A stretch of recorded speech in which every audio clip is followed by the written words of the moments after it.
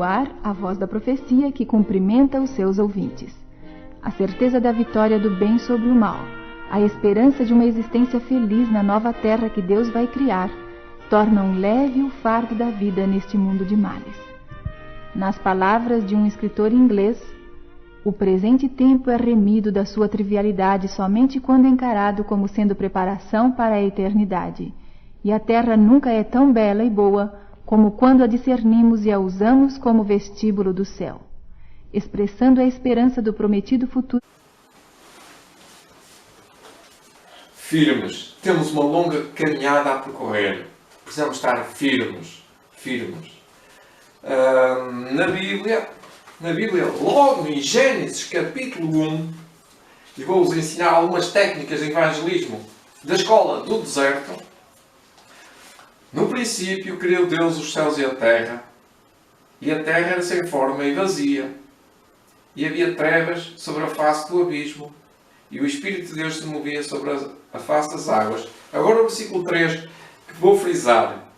E disse Deus: haja luz!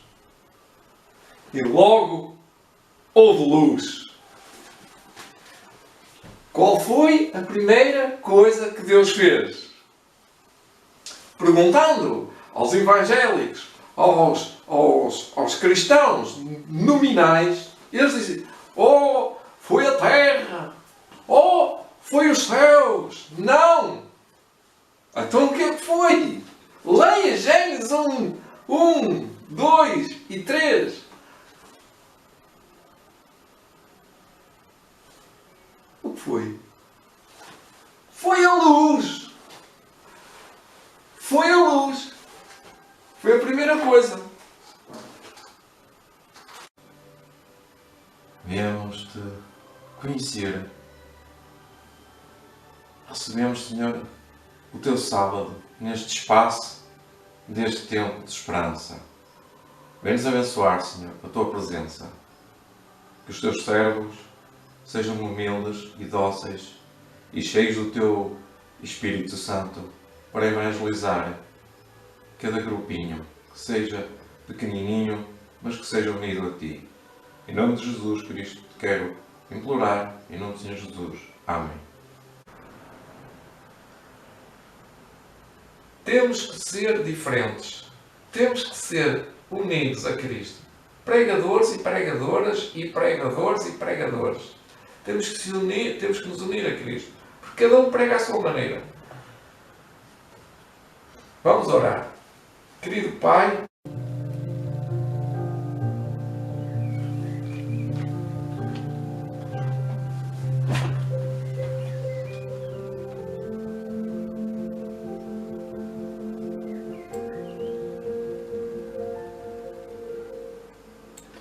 A Guerra dos Tronos, segunda parte.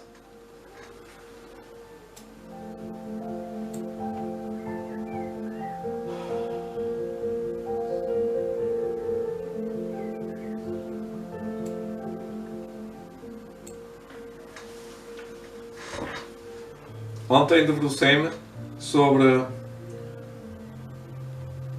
os que vão estar nos últimos dias neste conflito entre o bem e o mal. E lemos os eventos finais, os dramas dos acontecimentos, quando Satanás organiza enganar o povo com a sua vinda.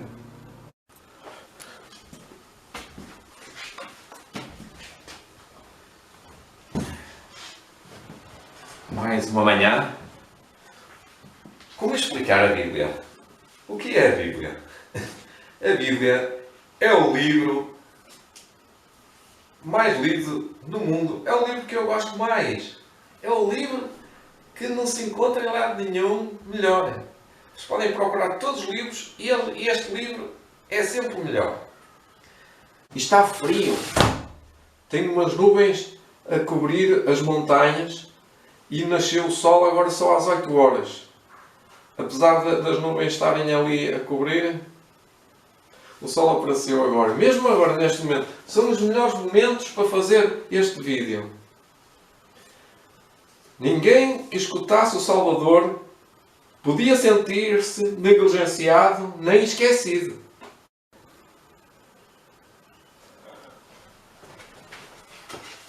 Ao raiar do novo dia,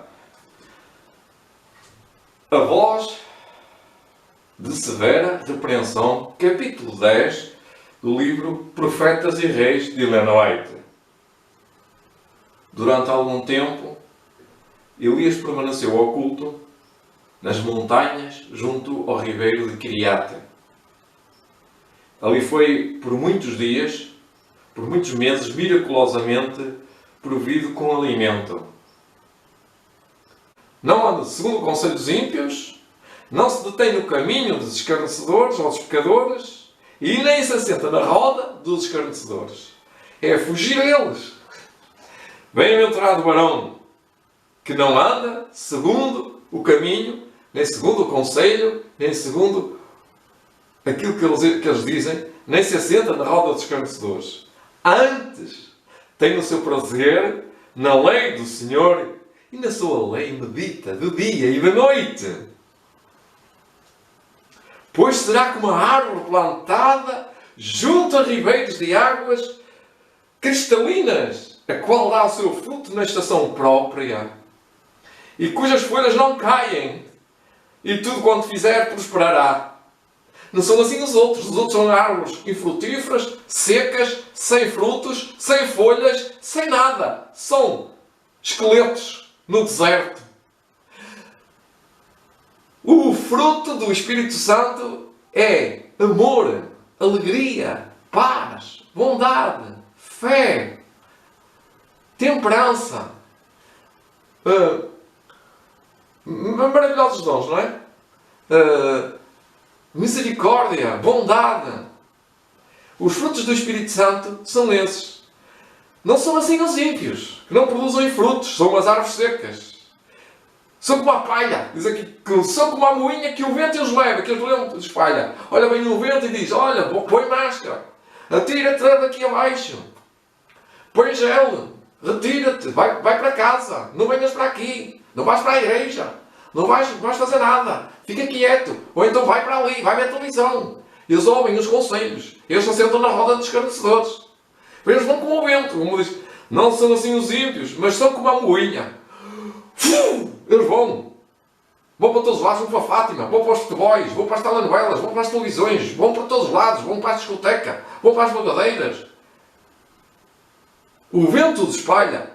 Eles ouvem uma voz, a informação que ouvem, tudo que ouvem é do homem. O mundo está assim por causa das palavras, por causa do vento, das palavras, das notícias. O diabo produz notícias, faz coisas abomináveis e depois põe no Facebook para publicar centenas de coisas que vão para o lixo. Todas elas. Só uma ou duas, entre 100, às vezes só uma ou duas é que interessa. O resto é tudo lixo. Portanto, é o vento. Bom dia! Primeiro quero saudar os nossos queridos amigos e amigas, irmãos e irmãs e todo o auditório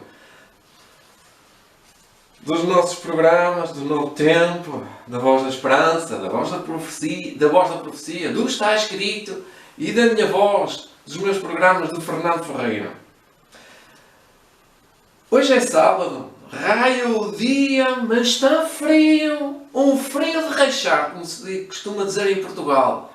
Um frio de rachar, está a pelo menos 5, 6 graus. Quando chega a 7 graus, é frio, mesmo frio. Mas, como pela graça de Deus, eu gosto de divulgar o Evangelho e trabalhar com Deus, tenho esta santificam. E já tenho um texto para estudar. Os que se santificam são aqueles que procuram ser santos à sua maneira. Justificação própria. Obras suas. Fazer coisas para se salvar. Então, aqui diz assim, em Isaías 76, 17, que, primeiro, os que se santificam. Segundo, e se purificam nos jardins.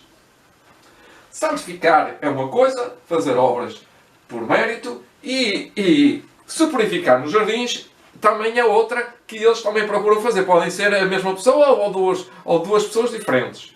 Mas purificar nos jardins é santificação própria. É fazer uma deusa, uma senhora de Fátima, ou uma senhora de pedra, ou uma senhora de pedra, ou de madeira, ou de ferro, e adorar. Então, os que se purificam nos jardins, uns após outros. São então milhares de pessoas a correr como fosse para o futebol. E depois diz assim: os que comem carne de porco e a abominação. São duas coisas. Comem carne de porco é uma coisa. E a abominação é outra. A abominação é muita coisa. A abominação dos pensamentos. A abominação dos atos. A abominável. E a palavra abominável quer dizer, quando vires a abominação que falou Daniel, é outra abominação religiosa, quer dizer, antes de entrar um dia santo, entra um dia espúrio, ou seja, a santificação de outro dia, que é o domingo. Portanto, a abominação. A abominação vai determinar se a pessoa está a adorar a Deus ou não. Portanto, eu adoro a Deus no sábado, faço tudo para louvar a Deus no sábado e não vou interferir no dia de sábado. Ou seja, eu não vou mudar. Quem mudou foi os homens. Deus.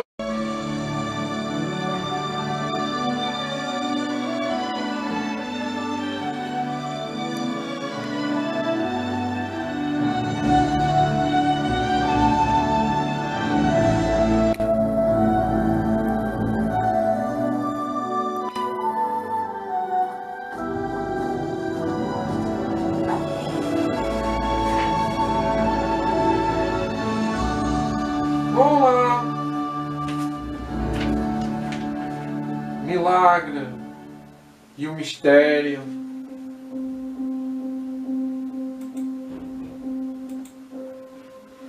O milagre e o mistério. Uma meditação sobre a maravilhosa encarnação de Jesus Cristo. Quando vi um quadro feito por Júlio Garry Melchers intitulado apenas A Natividade, quanto mais olhava para ele, mais ele parecia vibrar com o mistério daquela longínqua noite estrelada. Talvez da forma como o artista captou o rosto romântico, não é? O nosso adversário é Satanás. Que nós temos uma pessoa em oposição contra nós.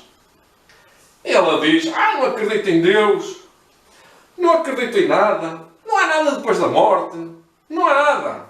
E a gente, pronto, já tem uma cartada para dar. Não há nada para não. Pois é, e depois? E depois? E depois do quê? Depois? Mas depois do quê? E aí a pessoa pergunta: e depois? Também, e depois do quê? E depois da morte? Depois da morte acabou. E nós dizemos assim: e depois?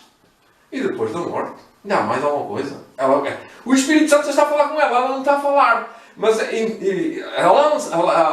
a palavra que nós lançamos vai criar nele, efetivamente, a convicção de que a gente está a falar de Deus e que o fim vai chegar e que o dia do juízo vai chegar. Querem ver? E depois? E depois, diz ele, não há nada. Acabou a morte. Chegou a morte, acabou. E depois? E a pessoa? E depois? Sim, e depois? E depois nós dizemos assim, e depois vem o juízo. E ele, mas ainda depois vem a vida eterna. E depois, como nós dizemos, e depois, a pessoa fica a perguntar o que é o depois. Porque além da morte, existe o depois. É um método. Há vários métodos, não é? Da abordagem. Como nós podemos aprender em parábolas de Jesus, Jesus usava parábolas para comparar coisas assuntos com aquela história, com aquela tendência, com aquela religião, com aquela personalidade, com a história do filho pródigo, por exemplo. Portanto, nós normalmente eu procuro contar a história do outro. Do outro que é este agora. Sabe? Eu tinha um amigo meu, até conta minha, eu tinha um amigo meu que era ateu, como eu. Sabe? Mas depois ele viu que não tinha esperança nenhuma. Ele leu nos 10 mandamentos, ele foi ler a Bíblia e viu que Deus tem os 10 mandamentos. E o mundo está a precisar, um dos argumentos é, o mundo está a precisar dos mandamentos. Olha como é que o mundo está. O mundo está completamente desgovernado, sem lei, sem regras. Não há leis para o casamento, é sexo antes do casamento, é depois do casamento, é tudo embaralhado. Eles nem sabem quando é que tem que ter sexo. Dúvidas! As pessoas têm dúvidas e além das dúvidas ainda põem um monte de camadas, de princípios, de leis e de regras. Se tem a lei de Deus ainda põe mais regras. Estamos como no tempo dos fariseus e hipócritas. Os 10 mandamentos são simples, são regras básicas que na sua essência é o respeito a Deus, não é? É o respeito, adorai a Deus, temei a Deus e dai-lhe glória, é o respeito a Deus e é o respeito ao próximo. É a essência, o respeito. Ora, as pessoas dizem, é o amor, não é? O amor. Eu amo. Eu sei amar estas plantas e eu respeito-as. O que é o respeito? É eu não estragar, é eu regar, é eu cuidar, é o respeito.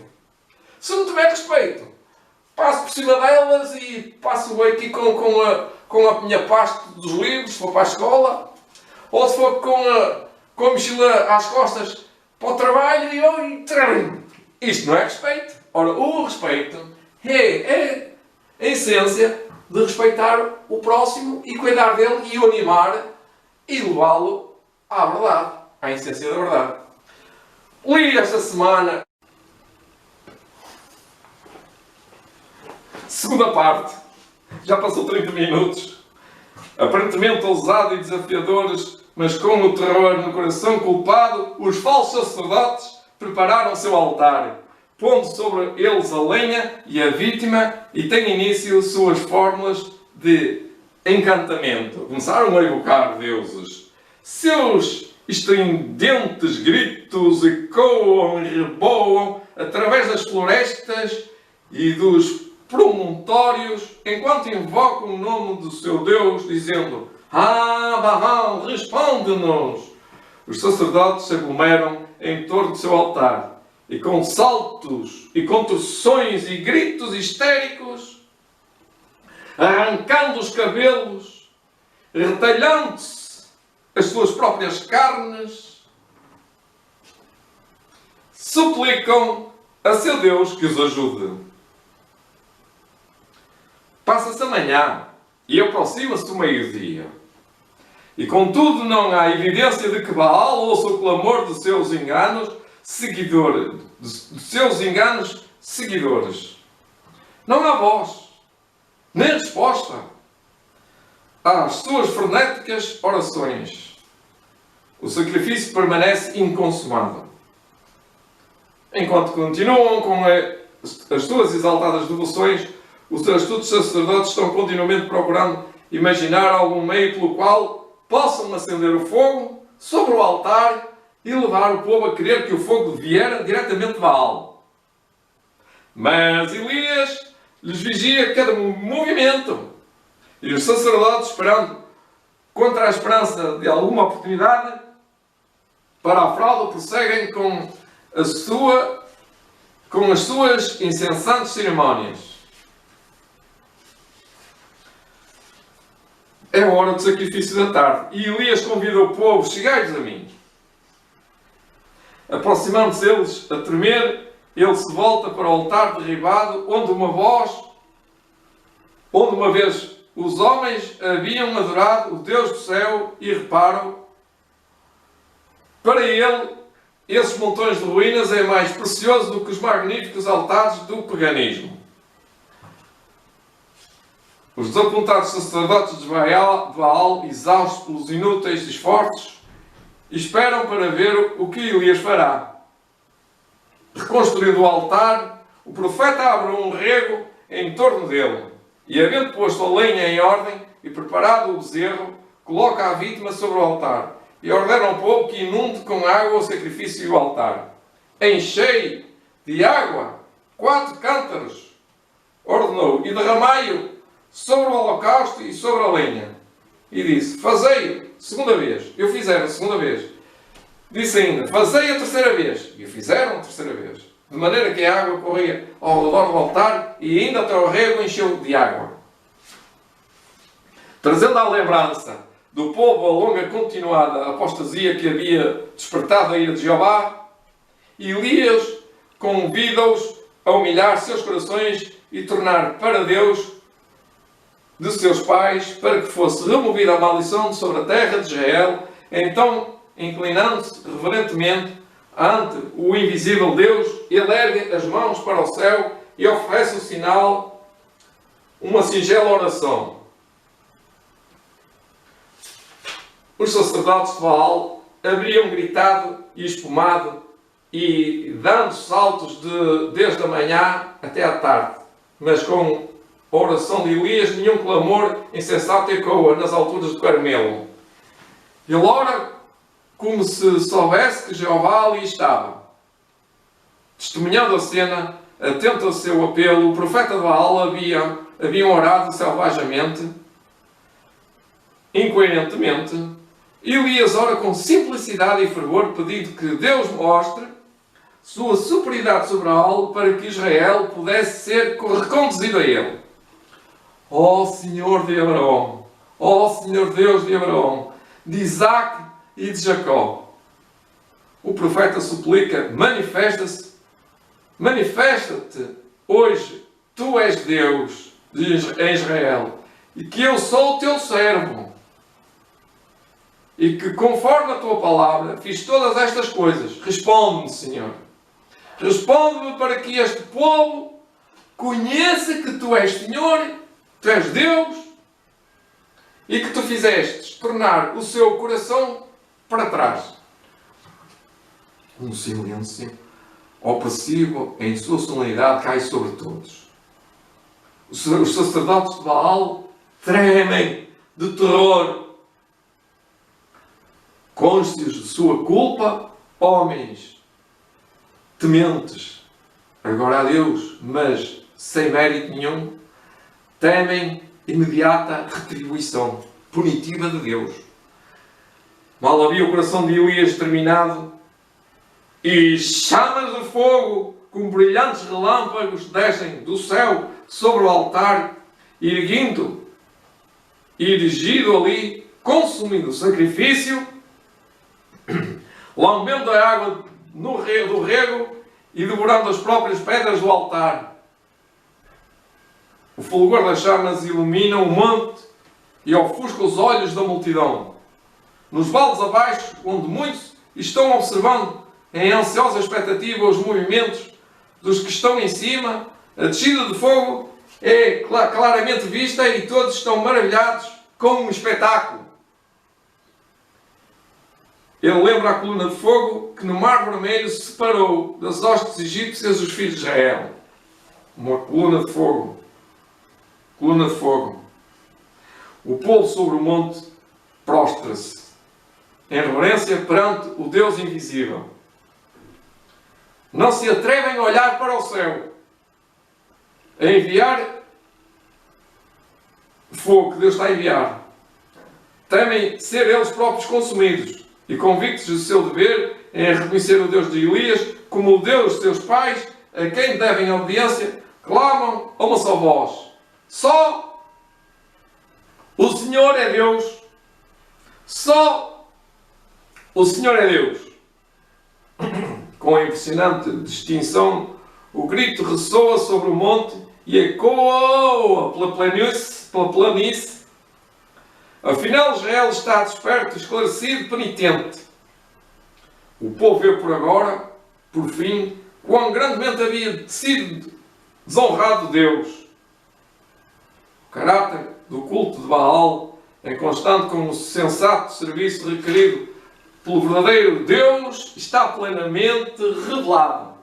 Está feito o que é bom, o que é perfeito, o que é louvável, o que não é louvável, o que está a adorar a Deus, o que não está a adorar a Deus. Vai haver aqui uma linha de separação. Vai haver momentos de crise, como este, ainda pior, para a frente, em que nós temos que ser como Elias, determinados. O povo reconhece a justiça e misericórdia de Deus em haver retido o orvalho e a chuva até que tivessem sido levados a confessar o seu nome. Muitos querem uma urgência. Que Deus cure. Que Deus cure o Covid. Querem uma urgência. Mas a retaliação está entre o bem e o mal. E isto vai continuar porque a lei de Deus foi posta de lado. Se a lei foi posta de lado, é claro que, como diz Helena White, já em pálidas sombras, como eu posso dizer, como em pequenas gotas de juízo estão caindo sobre a terra. O Covid é só uma gota. É só umas migalhas. O que virá pela frente será muito pior. Estão a pedir cura agora? Está bem, está. Ai daqueles que não temem a Deus. O povo reconhece a justiça e a misericórdia de Deus em haver retido o orvalho e a chuva até que tivesse sido levados a confessar o seu nome. Agora estão prontos a admitir que Deus, o Deus de Elias, está acima de qualquer facto, a qualquer ídolo, qualquer religião, qualquer coisa que se peça, qualquer coisa. Salvo uma vez não é salvo para sempre. Ser adventista uma vez não é salvo. Não é salvo. Isto não é salvação. Ser adventista é permanecer. É lutar até ao fim. É prevalecer. E é uma guerra destemida. Os sacerdotes de Baal testemunham consternados a maravilhosa revelação do poder de Jeová. Não obstante, em sua frustração e na presença da divina glória, recusam a arrepender-se. Portanto, nem uma cura os salva, nem que cura o Covid não os salva, eles não se vão arrepender.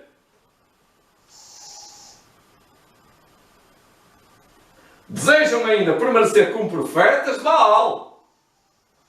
Mostravam assim estarem amadurecidos para ser destruídos, para a destruição, como diz aqui, para que o arrependimento de Israel possa ser protegido do engodo daqueles que lhe ensinam a adoração de Baal. E Elias recebe a ordem de Deus para destruir esses falsos ensinadores. São 450 profetas de Baal e 400 de Astarote. 950, quase 1000. A ordem de Elias foi: lançai mão dos profetas de Baal, que nenhum deles escape. Foram prontos em obedecer. Eles se apoderaram dos sacerdotes e levaram-nos ao ribeiro de Quizon. E ali, antes que findasse o dia que havia marcado o início de decidir a reforma, os ministros de Baal são mortos, a nenhum é permitido viver. Nós estamos na mesma situação perante a adoração a Deus. Poucos vão adorar a Deus. Muitos são chamados e poucos escolhidos, como lemos em Mateus 17. A maioria dos sacerdotes de Baal vão ser destruídos com a segunda vinda de Cristo. Portanto, a nossa decisão é servir a Deus. Deus deve ser servido, honrado. Bom Deus e nosso Pai, pomos nisto no nosso coração e a nossa adoração, que efetivamente deve começar contigo, em espírito e em verdade. Por isso, peço-te uma bênção para este auditório, que os livros das más interpretações desses atalaias de Baal, que andam a ensinar mentiras, e que os tornes a trazer para o caminho da verdade, que é a tua palavra. Assim diz o Senhor, está escrito. Te peço e agradeço, no nome de Santo Jesus Cristo, nosso Salvador. Amém.